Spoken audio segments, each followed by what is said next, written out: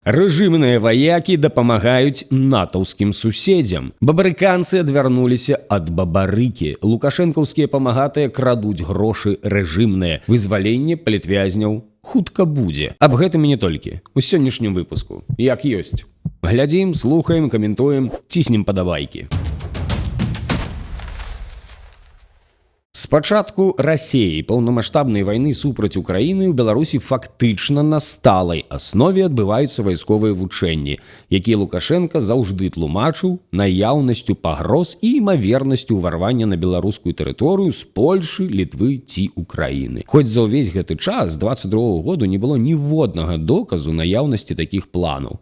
Наадварот, Беларусь, як заяўлялі заходнія краіны і заяўляюць, пры ўзаемадзеянні з Расіяй стварае мігранцкі крызіс, які доўжыцца вось дагэтуль. Сёлета 31 ліпеня ўлады Латвіі паведамілі аб закрыцці з тэхнічных прычынаў адзінага дзейнага пункту пропуску на мяжы з Беларусю. Яго дзейнасць аднавілі толькі 4 жніўня і заявілі, што памежны рух могуць цалкам спыніць праз павелічэнне ліку мігрантаў, якія спрабуюць незаконна перасячы мяжу з боку Беларусі. Нягледзячы на заявы рэжыма аб стабільнай сітуацыі на мяжы з еўрапейскімі суседзямі, незаконная міграцыя з беларускага боку не спыняецца, а нават павялічваецца і прымае іншыя формы, калі мігранты спрабуюць прарвацца праз падземныя тунэлі. І, канешне, рэжымныя памежнікі не перашкаджаюць будаўніцтву тунэляў нават тады, калі атрымліваюць ад суседніх краін аператыўныя звесткі пра іх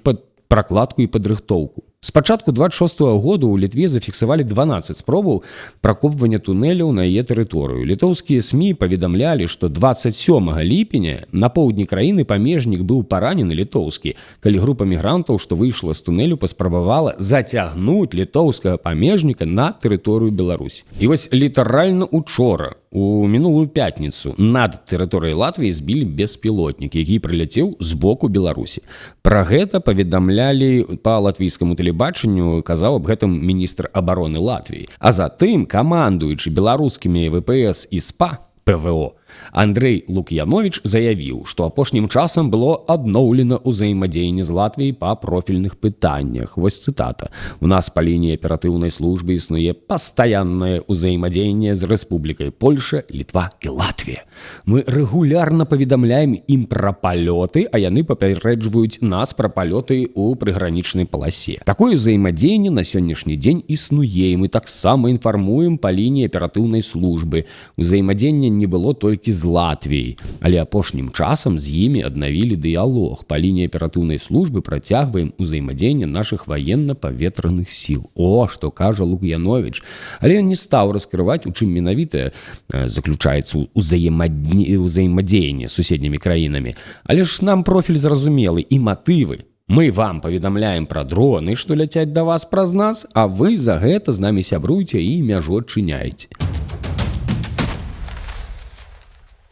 Цяпер давайте уже пойдзем да нашых дэмакратаў. Ці правільна казаць да тых, хто сам сябе такімі лічыць. Іван Краўцоў, цытата. «Я б не сказаў, што Бабарыка добра разумее палітычны кантэкст. Удзел у канферэнцыі «Новая Беларусь» слабы ход». Это про Бабарыку такое.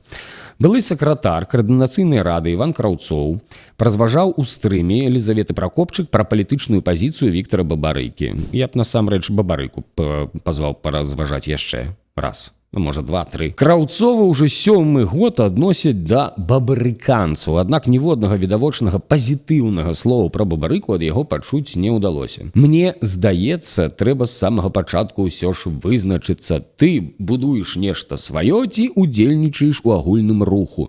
Ён гэты выбар ніяк не змог зрабіць, кажа Краўцоў пра Бабарыку. Так бабарыканец ці хто ўвогуле, хто гэта? Звернемся да разваг на гэты конт, які знайшоў у сваіх фэйсбук-фрэндаў. Кірыл Атаманчык піша.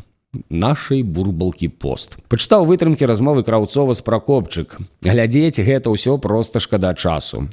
У Івана бамбіць ад таго, што беларусы перасталі слухаць Калеснікаву. А вось умоўны Мерц яе слухае.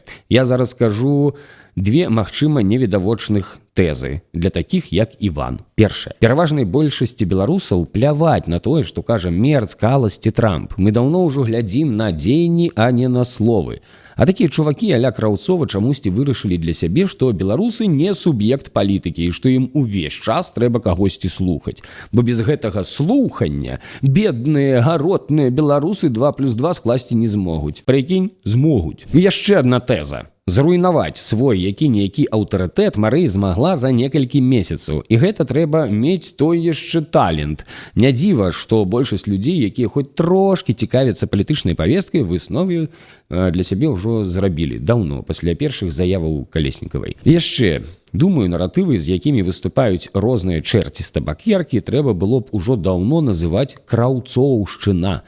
Называць гэтых людзей бабрыканцамі трошкі дзіўна, бо сам Бабарыка, як выходзіць, не да канца гэтых людзей ведае і відавочна адмяжоўваецца ад іх. І яшчэ на тэму Краўцова і увогуле вось такіх прадстаўнікоў дэмакратычнага руху.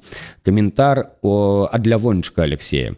Ёсць палітычны прагматызм. Як у Польшчы ў 1989 годзе, калі апазіцыя і ўлада зразумелі, што іншага выйсця няма і пайшлі на круглы стол. Пры гэтым ні Ярузельскі, ні Валенса, ні больш адкрытае, ні больш радыкальнае крыло апазіцыі сваіх поглядаў не мянялі. Яны проста разумелі, цяпер або ніколі круглы стол дыктаваў дзяржаўны інтарэс. А ёсць палітычная прастытуцыя. Гэта калі ты кожны раз прымазваешся да новай палітычнай сілы, калі табе гэта просто выгодна. Быў такі генерал Дастум у Афганістане. Дык вось, ён прымазаўся, а потым кінуў 8 груповак, якія змагаліся за ўладу пасля сыходу Савету. Прагматызм можна і трэба разумець, калі яго дыктуе вышэйшы інтарэс дзяржавы. Ну, то бок, захаванне той самай дзяржаўнасці.